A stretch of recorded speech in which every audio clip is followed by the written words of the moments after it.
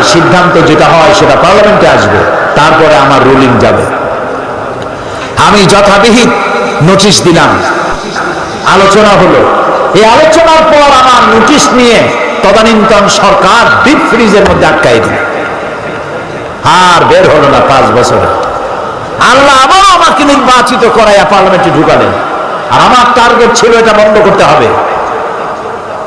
এই পার্লামেন্টে এসে আমি আবার এই বিষয় উত্থাপন করলাম, নোটিশ দিলাম, মিটিং এ উঠলো, সিদ্ধান্ত হলো বর্তমান পার্লামেন্ট এটা অ্যাকসেপ্ট করেছে, কিয়ামত পর্যন্ত বাংলাদেশ পার্লামেন্টে আর স্পিকারের সামনে মাথা ঝুঁকাইতে হবে না।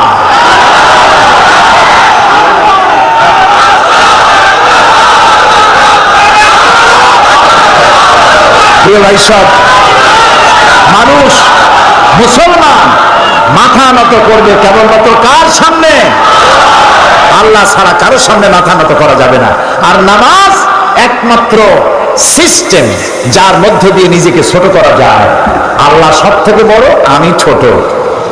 এই ছোটত্ব, অহংবোধ, নিজের অহংবোধ, এটাকে মাটির সাথে মিশাবার জন্য এ পর্যন্ত হাত তুলে দাঁড়ায় মানুষ যখন নামাজে দাঁড়ায় আসামির মতো হয়ে যায়। রুকুতে গেল, নিজের অস্তিত্ব আরো অবনমিত হলো। সেজদা যখন দিল তখন তার অহংকার মাটির সাথে মিশে গেল। আমি সেজদা দিয়ে বললাম, আল্লাহ তুমি শ্রেষ্ঠ, আমি তোমার গোলাম। আল্লাহ রসুল বলেছেন, প্রশ্ন করা হয়েছে, রাসূল বান্দা আল্লাহর নিকটবর্তী হয় কখন? নবী করিম সাল্লাল্লাহু আলাইহি ওয়াসাল্লাম বলেছেন, বান্দা যখন সেজদা দেয় একদম আল্লাহর কাছে চলে যায়। রাসূলুল্লাহ বলছেন, আমার উম্মতেরা ও সাহাবীরা যখন সেজদা দিবা তখন মনে করবা তুমি তোমার মাথা আল্লাহ তাআলার কদম মোবারকের উপর রেখে দিয়েছো। সেজদা দিয়ে মনে করবেন, আল্লাহ আমি আমার মাথা আপনার পায়ের উপরে ছেড়ে দিয়েছি। সুবহানাল্লাহ। এরকম সেজদা দিয়ে দেখেন সেজদায় কত মজা। দেখেন না, মানুষ বলে, ভাই এমন কাজ আমার ছেলেতে করছে, আমার নাক কাটা গেছে। সত্যি কি নাক কাটছে নাকি? না, মর্যাদা হানি হয়েছে। আবার বলে আমার কপাল খুলে গেছে। কপাল কি খোলে খোলে গেছে? আবার কপাল খুলে গেছে। এর অর্থ কি? ভাগ্য। কপাল কিসের প্রতীক? ভাগ্যের প্রতীক, না মর্যাদার প্রতীক।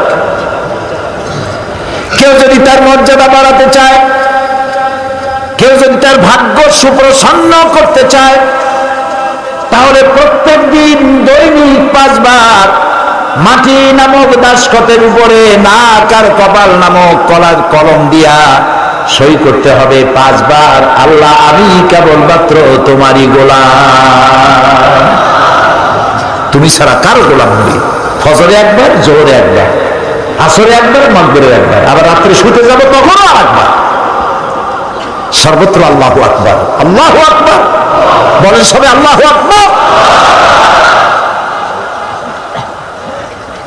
সব ক্ষেত্রে আল্লাহু আকবার। পৃথিবীতে যখন আসছিলাম তখন কানে কি শুনেছি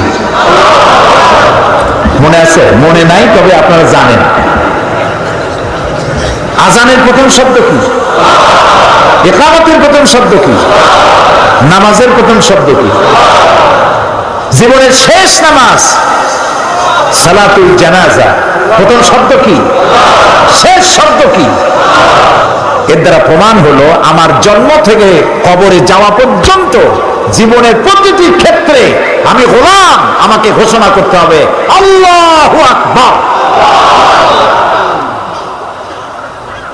খুব দুর্ভাগ্য আমার দেশের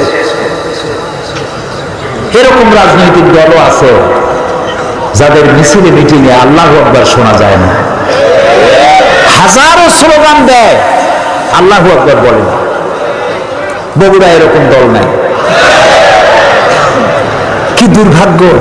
ওই দল যারা করেন একটু চিন্তা করা উচিত, নেতাদের জিজ্ঞান দরকার, নেতা সাহেব আমি তো মুসলমানের বাচ্চা, আমার মা মুসলমান, বাপও মুসলমান। হাজারো স্লোগান দেয় মানুষের নামে, দেশের নামে হাজারো স্লোগান দিতে পারি। এ কোন রাজনীতি যে আল্লাহু আকবার বলা যায় না?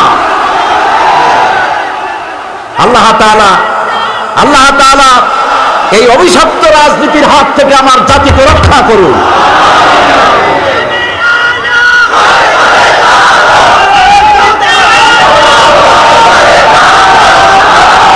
প্রিয় ভাই সব, সুতরাং নামাজ, 5 ওয়াক্ত নামাজ আমরা জীবনে আর ছাড়বো না। যুবকেরা, অনেক যুবক মনে করে এখন তো যৌবন কাল, একটু বিয়ে টিয়া করি, বাচ্চা কাচ্চা হোক, তারপরে ধীরে ধীরে নামাজ ধরবো। তুমি যে বিয়ে করতে পারবা তার কোনো গ্যারান্টি আছে? তোমার যে বাচ্চা হবে তার কোনো গ্যারান্টি আছে? তুমি যে বুড়া হবা তার কোনো গ্যারান্টি আছে? বৈশাখ মাসে যখন ঝড় হয়, ঝড়ে শুধু পাকা আম পড়ে না, কাঁচা আমগুলোও পড়ে, ঠিক না? নিঃশ্বাসের কোনো বিশ্বাস নাই, আজ আছি কাল নাই, এই অবস্থা। এই যে কথাগুলি শুনলাম, আল্লাহ যেন আজকেই এশার নামাজ যারা পড়ে নাই, আজকে থেকেই যেন এশা থেকে নামাজ শুরু করতে পারি, আল্লাহ যেন তৌফিক দেয়, বলেন আমিন। প্রিয় মুসলমান ভাইরা, নামাজ যে পড়বেন না, মুসলমান দাবি করার তার কোনো হক নাই। নিজেকে মুমিনও দাবি করতে পারবেন না, মুসলমানও দাবি করতে পারবেন না। নামাজ পড়তে হবে, নামাজ। নামাজ, আপনি অফিসার, নামাজ পড়েন। আপনি মন্ত্রী, নামাজ পড়েন। আপনি এমপি, নামাজ পড়ুন। চেয়ারম্যান, নামাজ পড়ুন। ছাত্র, শিক্ষক, মেয়ে লোক, পুরুষ লোক, মুসলমান, নামাজ। নামাজ নামাজ হয়ে গেছে, দোকান বন্ধ করে দাও। মক্কা শরীফ, মদিনা শরীফ যায় দেখেন, যখনই আজান হয়ে যায় সব দোকান বন্ধ করে দেয়। আর আমরা দোকান বন্ধ আমার দেশে করে না, যে দোকান বন্ধ করলে বেচা কিনে কম হয়ে যাবে। আরে ভাই, আল্লাহ নামাজ পড়তে যাচ্ছেন, কামাইতে বরকত দেওয়ার মালিক কে? আপনি নামাজের জন্য দোকান বন্ধ করে যে নামাজে গেলেন, এই যে সময়টা গেল, হতে তো পারে নামাজ পড়ে আসার পর একজন খরিদ্দার এমন পাবেন যাতে ওই সময় যত খরিদ্দার আসতো একজনই সব কিনে নিয়ে যাবে, হতে পারে না? এই জন্য আল্লাহকে সেজদা দেন বেশি করে, নামাজ ভুলবেন না। অফিসার হন, যেই হন, পুলিশ, বিডিআর, আর্মি, সরকারি ডিউটি যখন করবেন, নামাজ যদি কাজা হয়ে যায়, হতে পারে সরকারি কাজে ঘন্টার পর ঘন্টা ডিউটি পালন করছেন, নামাজ পড়তে পারেন না। যখনই আপনি সময় পেলেন তখনই নামাজটা আদায় করে নেন, নামাজ ভুলে যাবেন না। আচ্ছা, আজকে কি আমরা এই ওয়াদা করতে পারবো যে জীবনে আর নামাজ ছাড়বো না? পারবো? যারা পারবেন কেবলমাত্র তারাই দুটি হাত উঁচু করুন, বলেন ইয়া আল্লাহ, তোমার পবিত্র নামে শপথ করি, কসম করি, ওয়াদা করি, যতদিন পর্যন্ত মালাকুল মউত আমার মাথার কাছে না আসতেছে ততদিন পর্যন্ত ফরজ নামাজ, ফরজ রোজা আর ছেড়ে দেব না, আর ছেড়ে দেব না, আর ছেড়ে দেব না।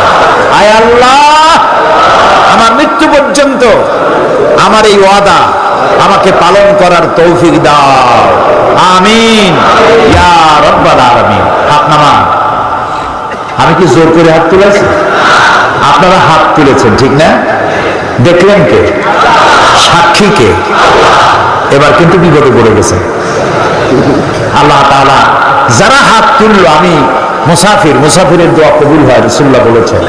আমি দোয়া করি সকলকে নিয়ে, আল্লাহ আজকে যারা হাত তুললেন, জীবনের অতীতের ভুল তাদের মাফ করে দাও, এবং ভবিষ্যতে এক ওয়াক্ত নামাজ যেন কেউ ছেড়ে না দেয়, সবাইকে নামাজ আদায় করার তৌফিক দান করে। এই জাতি যদি নামাজি হয়, আল্লাহর রহমত বৃষ্টির মতো নাজিল হতে থাকবে। আল্লাহ রাব্বুল আলামিন বলেন, ওয়ালাউ আন্না হানাল কুরা আমানু ওয়াত্তাকাউ লাফাতাহনা আলাইহিম বারাকাতিম মিনাস সামাই ওয়াল আরদ। দেশের লোকেরা, জনপদের লোকেরা যদি আমার উপর ঈমান আনে আর আমাকে ভয় করার নীতি অবলম্বন করে চলে, দুইটা কাজ। কয়টা কাজ? কে বলতেছে? আমার উপর যদি ঈমান আনে আর আমাকে ভয় করার নীতি অবলম্বন করে যদি চলে, তাহলে ওই জমিনের মানুষের জন্য আমি আল্লাহ আকাশ আর জমিনের বরকতের সব দরজা খুলে দেব। প্রিয় ভাই সব, আল্লাহ আমাদের নামাজ আদায় করার তৌফিক দিন। 6 নম্বরে বলা হচ্ছে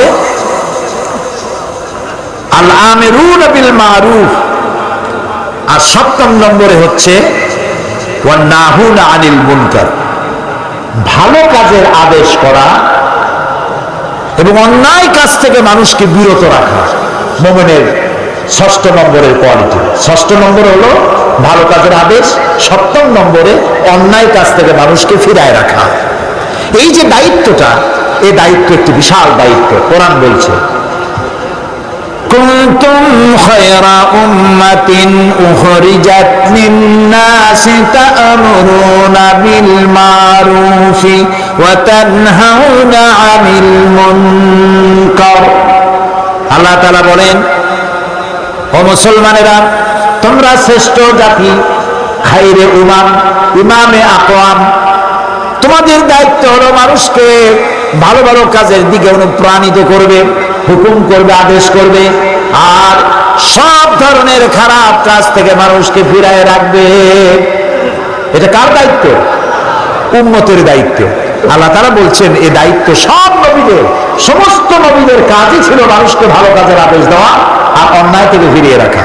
আল্লাহ তাআলা বলছেন এটা নবীদের কাজ, এটা উম্মতের কাজ।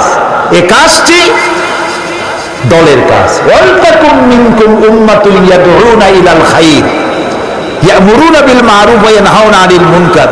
তোমাদের মধ্যে এরকম দল থাকতেই হবে যারা মানুষকে ভালো কাজের আদেশ করবে, অন্যায় কাজ থেকে ফিরায় রাখবে। আল্লাহ তাআলা বলছেন এই দায়িত্ব সব নবীদের, সমস্ত নবীদের কাজই ছিল মানুষকে ভালো কাজের আদেশ দেওয়া আর অন্যায় থেকে ফিরিয়ে রাখা। আল্লাহ তাআলা বলছেন এটা নবীদের কাজ, এটা উম্মতের কাজ। এই কাজটি দলের কাজ। ওয়ালতাকুম মিনকুম উম্মাতুন ইয়াদউনা ইলাল খায়র ইয়ামুরুনা বিল মা'রুফ ওয়া ইয়ানহাউনা আনিল মুনকার। তোমাদের মধ্যে এরকম দল থাকতেই হবে যারা মানুষকে ভালো কাজের আদেশ করবে, অন্যায় কাজ থেকে ফিরায় রাখবে। এই কাজটি উম্মতের, নবীদের। আবার মুমিন পুরুষ এবং নারী, আল মুমিনুনা ওয়াল মুমিনাতে বা'দুহুম আউলিয়াউ বা'দ ইয়ামুরুনা বিল মা'রুফ ওয়া ইয়ানহাউনা আনিল মুনকার। মুমিন পুরুষ আর মুমিনা নারী এই একে অপরের বন্ধু, এবং এদের দায়িত্ব হলো মানুষকে ভালো কাজের আদেশ করবে, অন্যায় কাজ থেকে ফিরিয়ে রাখবে। আল্লাহ তাআলা বলছেন এই কাজটি ব্যক্তি, প্রত্যেকটা ব্যক্তি। দেখুন সূরা লোকমান, কোন সূরা? সূরা লোকমান। সূরা লোকমানে আমি গতকাল বলেছি যে লোকমান নবীও না, রাসূলও না, তিনি আল্লাহর থেকে প্রাপ্ত একজন জ্ঞানী মানুষ। তিনি তার ছেলেকে 9টা নসিহত করেছেন। কয়টা? নসিহতগুলি আল্লাহর কাছে পছন্দ হয়ে গেছে, এবং আল্লাহর কাছে এই নসিহত এত পছন্দ হলো যে হযরতে লোকমানের নাম দিয়ে আল্লাহ তাআলা সূরা নাজিল করে লোকমানকে চিরন্তন করে দিলেন। ছেলেকে প্রথম যে নসিহত করেছিলেন, সে নসিহত প্রথমটা ছিল লা তুশরিক বিল্লাহ ইন্না শিরকা লাযুলমুন আযীম। শিরক করবে না, আল্লাহর সাথে শরীক করবে না কোনো অবস্থাতে। 2 নম্বর নসিহত হলো ইয়া বুনাইয়া আকিমিস সালাত ওয়া'মুর বিল মা'রুফি ওয়ানহা আনিল মুনকার ওয়াসবির আলা মা আসাবাক ইন্না যালিকা মিন আজমিল উমুর। ইয়া বুনাইয়া, হে আমার কলিজার টুকরা সন্তান। আলেমরা বুঝবেন, ওলামারা বুঝবেন, এখানে ইয়া ইবনি বললে ছাত্র, ইয়া ইবনি, ও আমার ছেলে। তিনি বললেন কি? ইয়া বুনাইয়া। বুনাইয়া বললেন কেন? ইবনি আর বুনাইয়ার মধ্যে পার্থক্য কি? ইয়া ইবনি, ও আমার ছেলে শোনো, এটাও একটা কথা। ইয়া বুনাইয়া, ও আমার কলিজার টুকরা নয়নের পুতুলি বাবা শোনো, দুইটা কথা এক হলো না। শেষে যে দাওয়াতটা ইয়া বুনাইয়া, ও আমার কলিজার টুকরা নয়নের পুতুলি, বাপে যদি ডাক দেয় বাবা কলিজার টুকরা, সোনামণি, হীরামানি, আসো আমার কাছে আসো বাবা, ছেলের কলিজা গলে যায়, বাপে আমার এত আদর করতেছে, বাপের কথা শোনার জন্য কান মন দিয়ে এসে বসে যায়। এই জন্য দাওয়াত দিতে হবে। এর দ্বারা দাওয়াতের ট্রেনিং দেওয়া হচ্ছে। আমরা উম্মতে দাওয়াত, আমাদেরকে ট্রেনিং দেওয়া হচ্ছে। মানুষের কাছে যখন ইসলামী দাওয়াত দিবা, ভালোবাসা দিয়া, মহব্বত দিয়া, ধমকাইয়া, রাগ করিয়া পারবা না। যে পীরের মেজাজ খারাপ সে মুরিদ পাবে না, আর যে চোরের কাশি আছে চুরিও করতে পারবে না। সারা রাত কষ্ট করিয়া গোছায় গাছায়া যেই ঘরের দরজার মধ্যে ঢুকবে অমনি দিল কাশি, পিটান খাওয়া ছাড়া উপায় নেই। আর পীরের মেজাজ খারাপ, মুরিদ একটাও কাছে যাবে না। সুতরাং মানুষকে দাওয়াত দিতে হলে কোরআন থেকে। কোরআন হচ্ছে আমাদের জীবনের গাইড বুক। আলহামদুলিল্লাহ বলে মানুষকে, মানুষের দিনকে আপনার দেখেন, অনেক জায়গায় দেখা যায় যে ছেলে পরীক্ষায় ফেল করছে, ফেল করে না? একজনে বলছিল, ভাই আপনার ছেলে তো ফেল করছে। কয় আলহামদুলিল্লাহ। এটা কেমন কথা, ছেলে ফেল করলে আলহামদুলিল্লাহ কর? কয় যে আমার ছেলে যে পদের, ও যে ফেল করতে পারবে এটা আমি আশা করিনি। এটাও তো একটা যোগ্যতা যে ফেল করতে পারছে। ছেলে ফেল করেছে, বাপে রাগ করেছে, বাপ কথা বলে না, মায়ের কথা বলে না, বুড়ে কথা বলে না। 3 দিন 4 দিন ছেলে বাড়িতে ঠাই পায় না, মুখ মলিন হয়ে গেছে। এখন তার বন্ধু আছে, ও যেমন বল্টু, ওর বন্ধু আছে মন্টু। এই মন্টুদের সাথে মিশা বাড়িতে তো জায়গা পাইল না, মন্টুরা জায়গা দিল, মন্টুরা জায়গা দিয়ে নিয়ে গেল সিনেমা দেখাইতে, হাবিজাবি দেখাইলো, হাবিজাবি খাওয়াইলো। আপনি মুখ কালো করে রাগ করে আপনার ছেলেটাকে সর্বনাশ করে দিলেন। উচিত ছিল বাবা ফেল করছিস, ফেল তো মানুষই করে, হয়তো কোনো ভুল করেছিস, ভালো করে পড়, আগামী বছর পরীক্ষা দিলে আমি দোয়া করবো আল্লাহ করে ভালো করবে। এই ছেলেটা আপনার হাতের মুঠায় থাকতো, ঠিক না ভাই? কত ক্ষতি আমরা করি না বুঝিয়া, কত সর্বনাশ করি। মেয়েটার সাথে কথা বলি না, ছেলেটার সাথে কথা বলি না, এটা ঠিক না। ছেলে মেয়ে এক জায়গায় বসে খান, তারপরে ভালো একটু মাছ বাচ্চার কাছে তার থালে উঠায় দেন, তার মুখে খাওয়ায় দেন, বাচ্চা খুশি হবে, বাপের প্রতি আকৃষ্ট হবে, এবং এই ফাঁকে তাকে নসিহত করেন, ভালো ভালো কথা বলেন। হযরতে লোকমান তার ছেলেকে বলছেন, ইয়া বুনাইয়া, ও আমার কলিজার টুকরা। তো আমার কলিজার টুকরা খোকা, নয়নের পুতুলি, ডাক শুনে মনে হয় ছেলে খুবই ছোট, কিন্তু নসিহত দেখে মনে হয় এত বড় গুরুত্বপূর্ণ নসিহত ছোট্ট বাচ্চারে করা যায় না। তাহলে এরকম ডাকগুলো কেন? এই ডাক আমরাও দিই। আমাদের দেশে কোন কোন জায়গায় ছেলে বড় হয়ে যায়, তারপরেও ডাকে খোকা। বরিশালে পিরিজপুরে ডাকে গেদা, গেদা গেদু আদর করে ডাকে। মেহমান গেছে বাড়ি, কয় খোকা মেহমান আসছে, চা নিয়ে আয়, বিস্কুট নিয়ে আয়। মেহমান মনে করে খোকা বুঝি খুবই ছোট। খোকা যখন আসলো, তাকায় দেখলো খোকা তো শুধু খোকাই না, কয়েক খোকার বাবা। আমার দেশের তো ঢাকার মেয়র, সেও তো খোকা, কিন্তু তিনিও কয়েক খোকার বাবা। আদর করে নাম ডাকে। হযরত লোকমান ছেলেকে ডাকছেন, ও খোকা, ও কলিজার টুকরা, নয়নের পুতুলি বাচ্চা আমার। ইয়া বুনাইয়া। ছেলের মন, চোখ, কান, দিল সব বাপের প্রতি রুঝান হয়ে গেছে। আমার আব্বা কি বলতেছেন এত সুন্দর করে দেখে?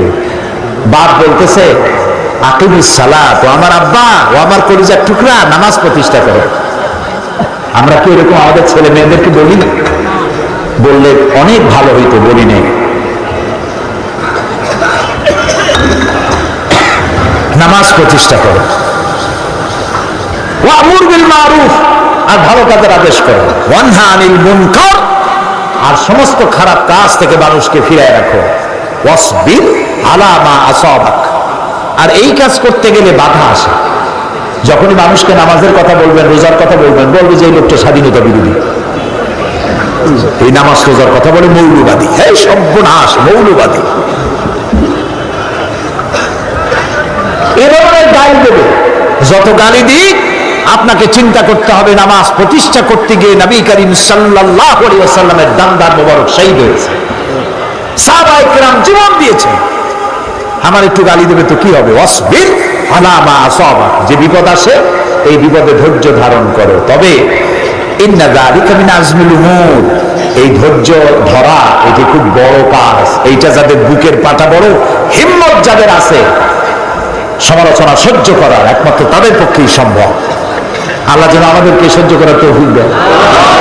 ভালো কাজের আদেশ দাও, অন্যায় কাজ থেকে মানুষকে ফিরায় রাখো। এই কাজটি নবীদের, উম্মতের, দলের, মোমেন পুরুষ, মোমেন নারী, প্রত্যেক ব্যক্তির। আল্লাহ বলছে এই কাজটি রাষ্ট্রের। এই কাজটি কার?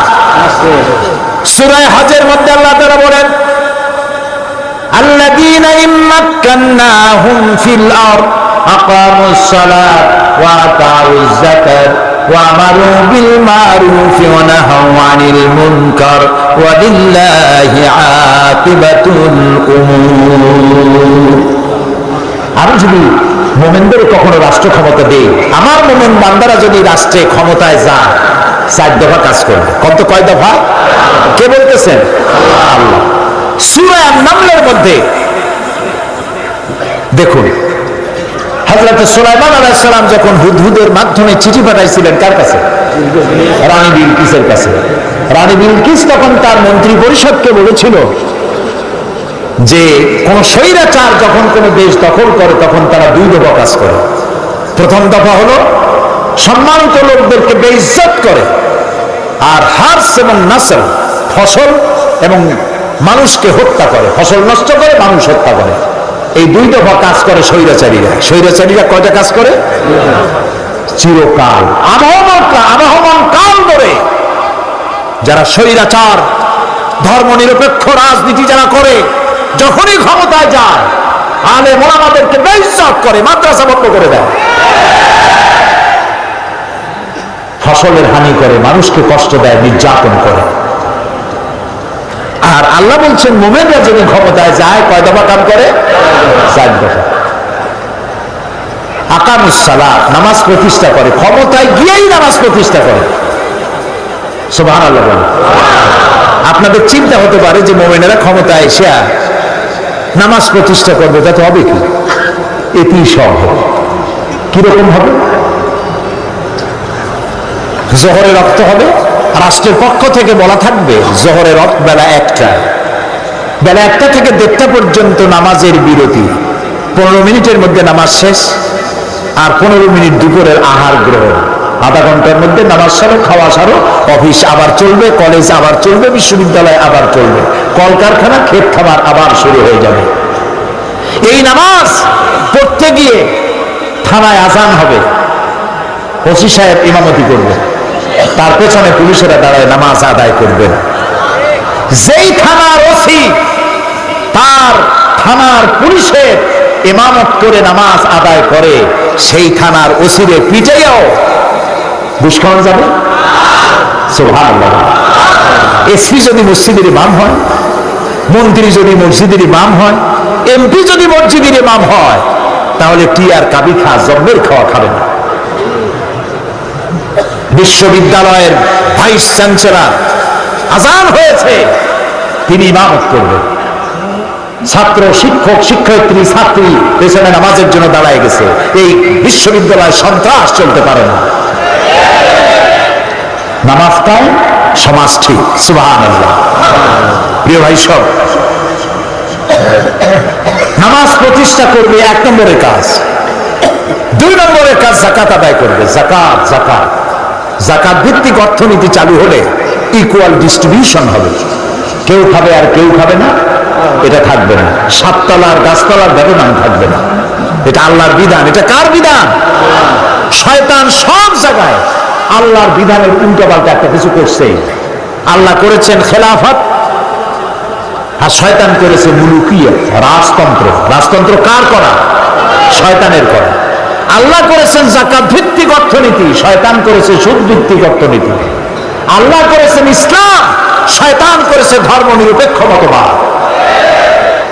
ধর্মনিরপেক্ষ মতবাদ শয়তানের তৈরি করা, আল্লাহ তৈরি করা নয়। পৃথিবীর কোন মুসলমান, কোন নবী, একজন নবী নাই যিনি ধর্মনিরপেক্ষ ছিলেন। একজন সাহাবীও ছিলেন না যিনি ধর্মনিরপেক্ষ ছিলেন। আমি মুসলমান, আমি ধর্মনিরপেক্ষ হব কিভাবে? আমি তো ধর্মের পক্ষে। সত্য না মিথ্যা? যিনি হিন্দু তিনি কি তার ধর্মের বিপক্ষে? তাহলে নিরপেক্ষ কথাটা বলি কেন? রাস্তা দিয়ে চলার সময় Bogura to Dhaka motorway, highway, regional highway, highway দিয়ে আপনি যাবেন, হয় রাইটিস্ট হন, না হয় লেফটিস্ট হন, হয় ডান দিক দিয়ে হাঁটেন, না হয় বাম দিক দিয়ে হাঁটেন। কিন্তু আপনি যদি ঘোষণা করেন আমি রাইটিস্ট নই, আমি লেফটিস্ট নই, আমি মিডিলিস্ট, আমি রাস্তার মাঝখানে দাঁড়াইতাম না, থাকেন থাকুন, কিছুক্ষণ পরে ট্রাক বাবাজি আসবে। আপনার ধর্মনিরপেক্ষতার মতবাদ ডিমের মতো মামলেট বানায় দেবে রাস্তার সাথে। কাজেই ধর্মের হয় বলুন আমি ধর্মের পক্ষে, আর না হয় বলুন আমি ধর্মের বিপক্ষে। নিরপেক্ষ হলে পরে শয়তান খুশি হবে, এক লাথি দিয়ে জাহান্নামে ফেলে দেবে। মুসলমানের জন্য ধর্ম নিরপেক্ষ জায়েজ নাই, হারাম হারাম হারাম।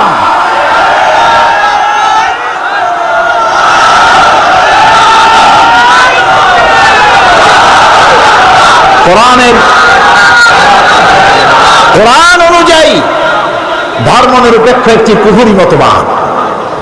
সূরা বাকারা, সূরা আন্দাজে কোনো কথা বলবো না, প্রত্যেক কথার দলিল কোরআন এবং হাদিস। আল্লাহ তাআলা বলছেন আফাতুমিনুনা বিবাদিল কিতাবি ওয়া তাকফুরুনা বিবাদ। কোরআনের কিছু কথা মানবা আর কিছু মানবা না। ধর্মনিরপেক্ষতা কি? ধর্মনিরপেক্ষ হচ্ছে নামাজ রোজা হজ যাকাত করবো আল্লাহর কথা মতো, ইলেকশন ভোট নির্বাচন রাজনীতি অর্থনীতি সমাজনীতি সব চলবে আমার বাবার কথা মতো অথবা আমার কথা মতো। এটাই হলো ধর্মনিরপেক্ষ। তাহলে আমার প্রশ্ন, আল্লাহ এবং রসুলকে আমরা মসজিদের মধ্যে সীমাবদ্ধ করতে চাই, বলতে চাই আল্লাহ এবং রসুল আপনারা দুইজন আমাদের মসজিদে থাকেন, মসজিদে মধ্যে থাকেন, এর বাইরে 144 বাইরে পারবেন। আমার জীবনের বিস্তীর্ণ অঙ্গনে আল্লাহ এবং রসুলের প্রবেশের অধিকার নাই। নাউজুবিল্লাহ। এবার চিন্তা করুন, যে আল্লাহর প্রয়োজন নাই আমার কলেজে, যে আল্লাহ রসুলের প্রয়োজন নাই আমার বিশ্ববিদ্যালয়, যে আল্লাহর প্রয়োজন নাই আমার বঙ্গভবনে, আমার পার্লামেন্টে, আমার ক্যান্টনমেন্টে, আমার ক্ষেত খামার অফিস আদালতে, যে আল্লাহর প্রয়োজন নাই, অবশেষে সেই আল্লাহর দরকার কি? আমার আল্লাহ কি এরকম? মোটেই না। এই জন্য কোন মুসলমান ধর্ম নিরপেক্ষ মতবাদের অনুসারী হতে পারে না, সুস্পষ্ট কুফরি মতবাদ। আল্লাহ তাআলা মুসলমানদের হেফাজত করুন, আমরা বলি আমিন। সবাই বলেন আমিন। কিয়ামতের দিন আমরা সবাই উঠব, আল্লাহর দরবারে দাঁড়াবো, জীবনের ঝুঁকি নিয়ে কথা বলবো। যতক্ষণ নাক দিয়া শ্বাস আসে আর যায় ততক্ষণ বলতে থাকবো ধর্ম নিরপেক্ষ মতবাদ হারাম হারাম হারাম।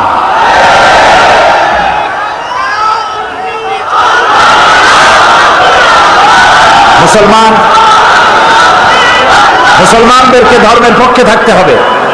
হিন্দুরা তার ধর্মের পক্ষে থাকবে, খ্রিস্টানেরা তাদের পক্ষে থাকবে, নিরপেক্ষ থাকতে পারে না। কথা বুঝে আসছে?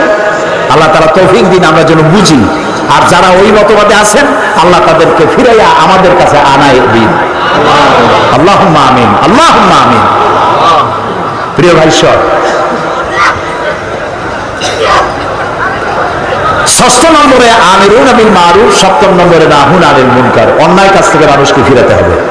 আজ আমাদের সমাজে অন্যায় ক্রমান্বয়ে বাড়তেছে না?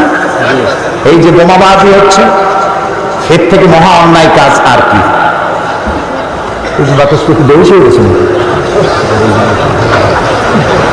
আমরা এই যে বোমাবাজি হচ্ছে সমাজের সর্বত্র, আজ চতুর্দিকে বোমা আর বোমা। না, এই বোমা দিয়ে এই যে মামুন ধরা পড়ল, আপনারা সবাই দেখছেন না টিভিতে? একটু কথাটা তো কন। তারা জিজ্ঞেস করলো তুমি বোমা মারছো কেন বিচারককে? সে বলল বিচারকরা মানুষের তৈরি করা আইন দিয়ে বিচার করে, আল্লাহর আইন দিয়ে করে না। তুমি কি চাও?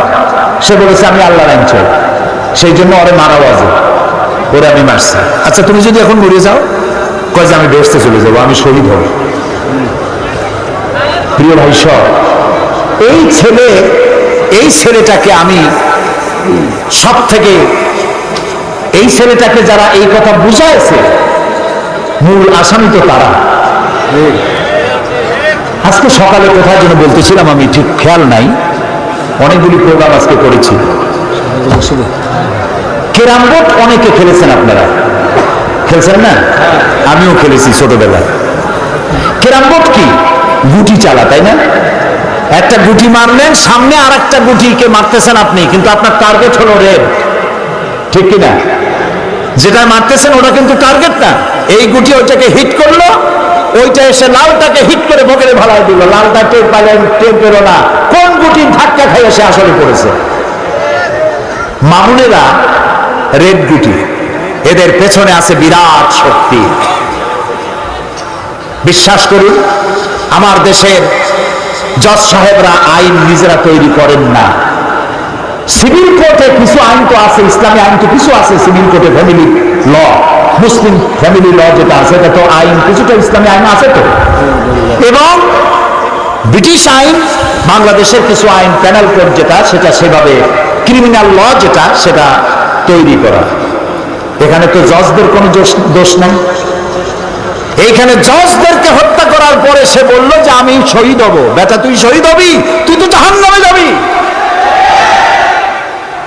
চিরকাল জাহান্নামে থাকতে হবে। কারণ শুনুন কোরআন কি বলে। আল্লাহ রাব্বুল আলামিন বলেন, মান কাতালা নাফসান বিগাইরি নাফসিন আও ফাসাদিন ফিল আরদি ফাকান্নামা কাতালান নাসা জামিআ।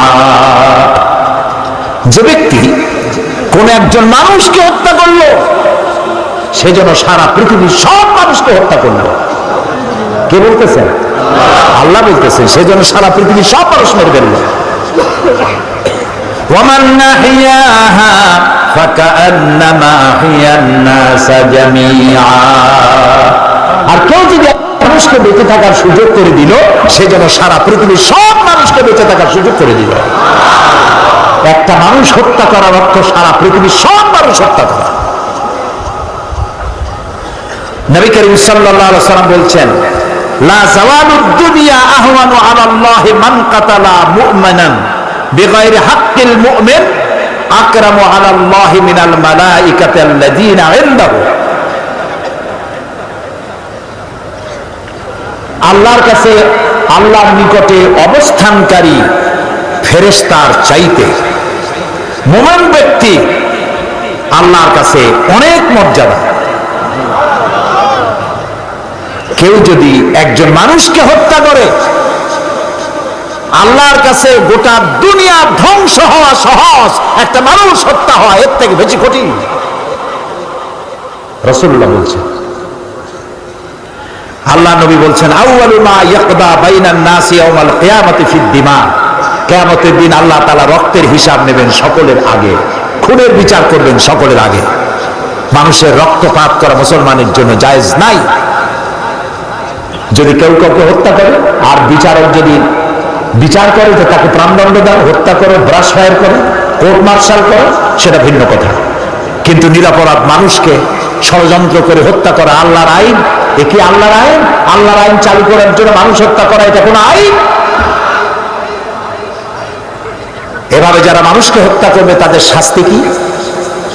সূরা মায়েদার 33 নম্বর আয়াত মনে রাখুন। সূরা মায়েদা 33 নম্বর আয়াত আল্লাহ তাআলা বলেন, ইন্নামা জাযাউল লাযীনা ইউহারিবুনা আল্লাহা ওয়া রাসূলাহু ওয়া ইয়াসআউনা ফিল আরদি ফাসাদান আন ইউকাত্তালু আও ইউসাল্লাবু আও তুকাত্তা আইদিয়াহুম ওয়া আরজুলুহুম মিন খিলাফিন আও ইউনফাউ মিনাল আরদ।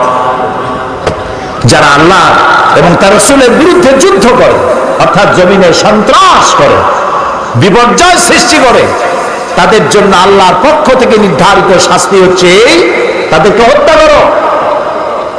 যারা মানুষকে হত্যা করে তাকে হত্যা করো, অথবা তাকে শূলবিদ্ধ করো, অথবা তার ডান হাত বাম পা, ডান পা বাম হাত একটা উল্টো আর একটা কাটো, অথবা তাকে দেশ থেকে বহিষ্কার করে দাও। এই 4টি শাস্তির কথা কোরআন শরীফে বলা হয়েছে। যালিকা লাহুম খিজুন ফিদ দুনিয়া ওয়া লাহুম ফিল আখিরাতি আযাবুন আযীম। এই হলো দুনিয়ার লাঞ্ছনাজনক শাস্তি, আর কিয়ামতের শাস্তি তো রয়েছে। সুতরাং কোরআন অনুযায়ী হত্যাকারীকে যে সাহায্য করে, পরামর্শ করে, সমান পাপী।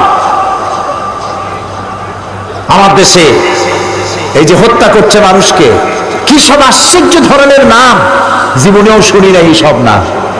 হরকতুল জিহাদ, নতুন নতুন আন্দোলন, জামাতুল মুজাহিদিন, জুমরাতুল মাসাকিন, আবার নতুন আরেকটা সংগঠন নাকি হচ্ছে, ওটার নাম হবে হয়েছে, নাম হয়েছে, পত্রিকায় দেখলাম আল জঙ্গিতুল জংলা। এটা আবার কোন জঙ্গি আল্লাহ যায়। মাথায় টুপি, মুখে দাড়ি, পরনে লুঙ্গি, বাংলা ভাই, ইংরেজি ভাই। দুর্ভাগ্য জাতি। আল্লাহর আইন প্রতিষ্ঠার জন্য বোমা মারা হারাম। আবার কিছু কিছু পত্রিকা আছে বোমার ঘটনা ঘটলেই সেখানে জামাত কানেকশন খোঁজে। জামাত শিবিরের কানেকশন আছে, কি দূরবীন দিয়ে দেখছে। কিরকম? এই যে বোমাটা মারলো তার বাবার শ্বশুরের খালাতো ভাইয়ের নানা, সে একদিন জামাত ইসলামীর বাড়ির সামনে দিয়ে হেঁটে গেছে। এই হলো জামাত কানেকশন। পাগল কে গাছে ধরে? জামাত ইসলামী কোন দুঃখে বোমা মেরে আল্লাহর আইন করবে? জামাত ইসলামী বিগত 1.5 শতাব্দী ধরে আল্লাহর দ্বীনের পতাকা বহন করে চলছে উপমহাদেশে, বাংলাদেশের বুকে।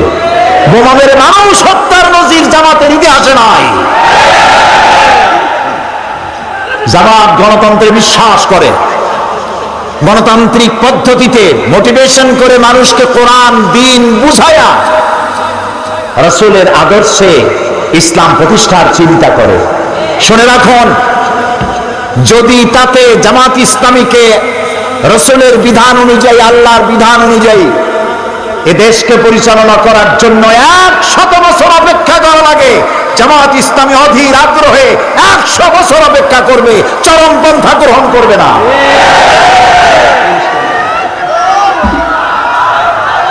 সুতরাং কথায় কথায় জামাত আর শিবিরকে আক্রমণ যারা করছেন, আপনাদের মতলব বুঝি, আপনারা মতলববাজ, যাতে মাতাল হলো তাহলে ঠিক আছে।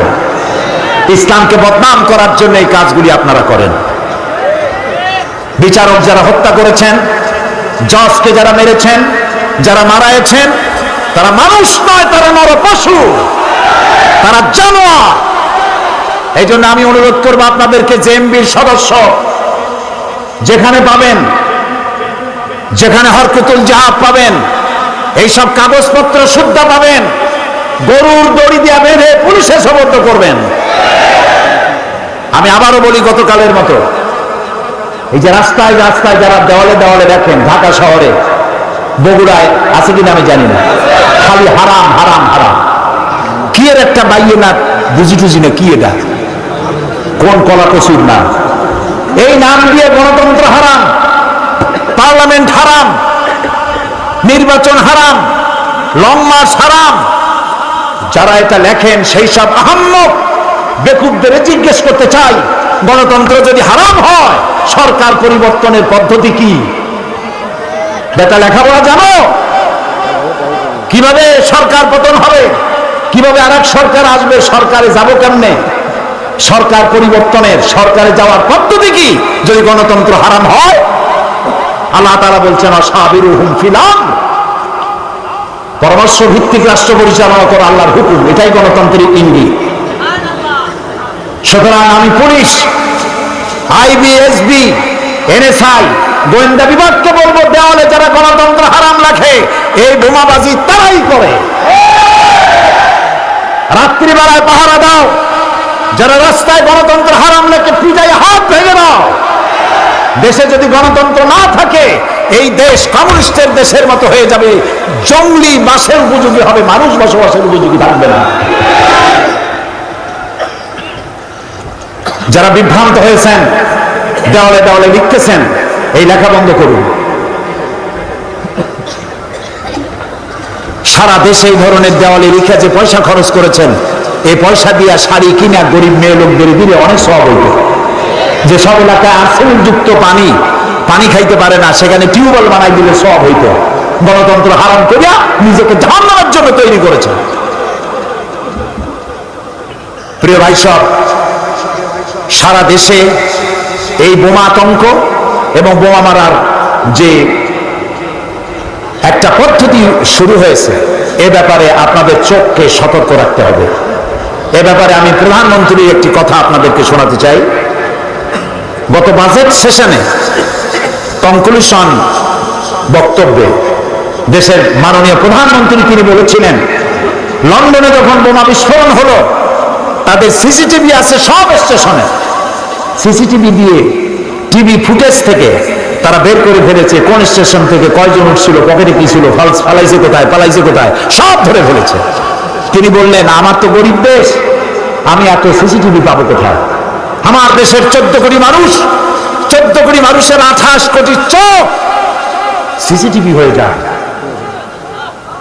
আপনাদের চোখগুলি সিসিটিভি হয়ে যাক, রাস্তায় চলাফেরায় ওঠা বসা। আমি প্রত্যেক মাকে বলবো, যত মা এসেছেন প্রত্যেক মাকে বলবো, প্রত্যেক পিতাকে বলবো, আপনার সন্তান, আপনার মেয়ে, তাদের পড়ার রুম খুঁজুন, ড্রয়ার দেখুন, বালিশের তলা দেখেন, কাদের বই আছে, কাদের লিফলেট আছে। জেহাদ আর কেতাল দিয়ে আল্লাহর আইন তারা কায়েম করতে চায়, গণতন্ত্র হারাম করে দিয়ে। এসব ছেলেদেরকে ফিরান, চোখ সতর্ক রাখেন। এই কাজ যারা করে তারা মানবতার দুশ্মন, ইসলামের দুশ্মন, আল্লাহর দুশ্মন, রাসূলের দুশ্মন।